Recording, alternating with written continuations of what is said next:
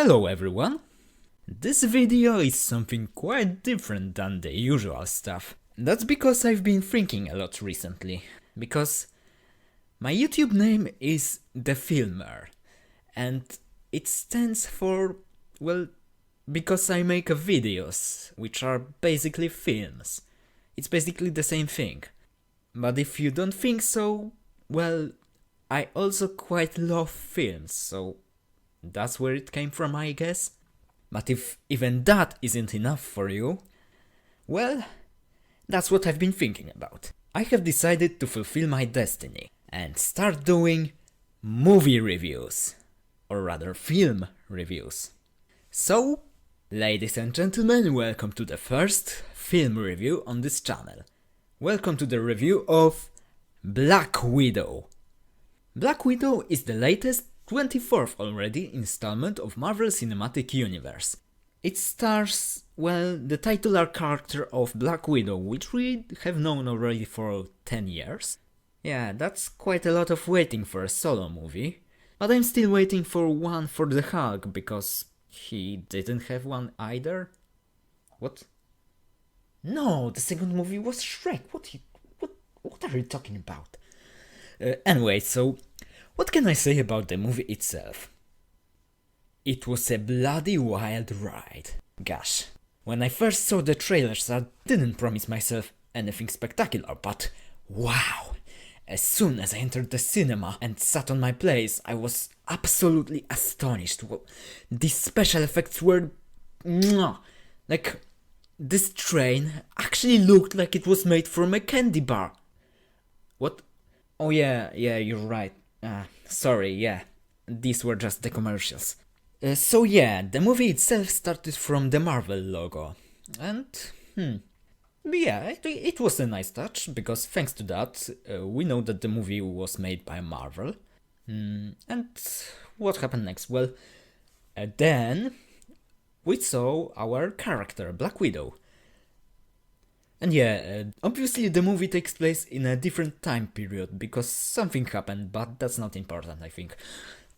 And yeah, what about it? So, Black Widow was after some big conflict with some other heroes. She got tired and decided to come home. But you may ask, wasn't she at home? Like, they have that whole Avengers facility. So what about it? What's so important about it? Well, if you didn't know, she's Russian. Black Widow is Russian. But you could have not known it, because she speaks like fluent English. That's not really popular amongst Russians. So yeah, this could have been quite confusing, but yeah. So she came home. She came back to her Russian home. The movie started with her landing on the airport in Russia. I don't know what city, but Russia. And then she was in Moscow, because that's the only city in Russia. And like the first 40 minutes were just a family reunion, which was nice. Because, well, she saw her family after years of not seeing each other. First she saw her sister, the blonde one. And at first they had a fight, because why not? Like, no, they have perfect relations, just, you know, two heroes meeting, so a fight is obligatory. And then, what? Then she met with her, like, mother, the one from the trailers, and her father, that was that Russian Captain America guy. And together, they sat at the dinner table. They ate a meal. Quite delicious meal. The dinner consisted of goulash and mashed potatoes, and some vodka instead of water. Well, there was compote as well. But yeah, mainly vodka. Because that's how every dinner looks in Russia, right? So yeah, they are speaking there, talking with each other in these Russian accents. Because, you know, they are very well-trained spies. But they are still Russian, so they have to talk like... and this with this Russian accent. Sorry, I can't do that. There was also some BS with this villain guy, like... what was his name? Mask Toaster or something? Mask Toaster?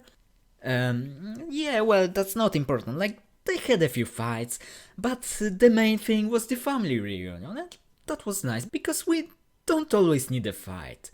What matters the most is the family, just like in life. That was a nice thing, that they made something like this, something different after Endgame. Like, okay, we had Far From Home to rest after this big event, but I think this is good as well, and it was nice. And then the second hour was mainly fight, which normally would be weird and maybe even chaotic, but well, that was the reason why I called the movie a wild ride, because wow, these fights had a beautiful choreography. So yeah, they had these fights with this husk hamster guy, and these were quite good fights. Obviously they took place in some Russian neighborhoods with these ugly grey blocks, because that's how all of Russia looks. But you know, you could see the relation between them in there. I think that was quite good.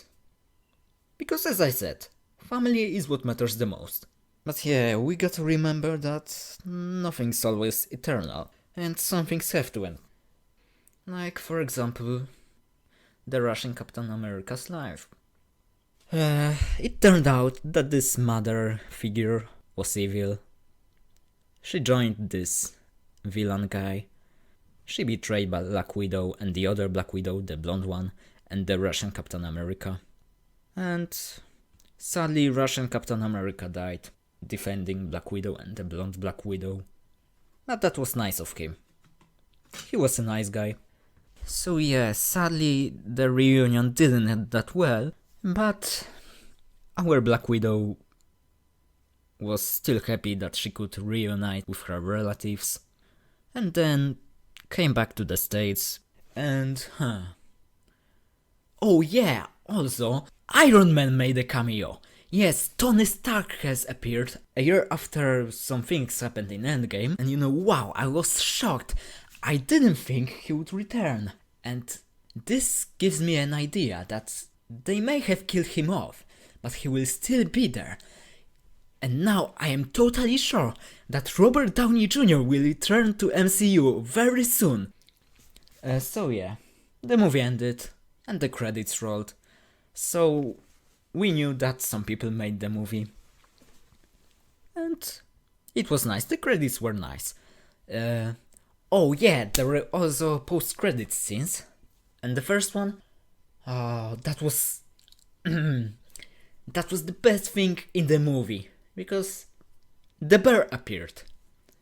We got a cameo appearance from Ursa Major, and I can't be more happy. That's the best character. So I would rate this movie like 10 out of 10. But just because Ursa Major was only in that post-credits scene, I have to take away some points. But overall, the movie was nice. I would even say that's the best in the whole Marvel Cinematic Universe.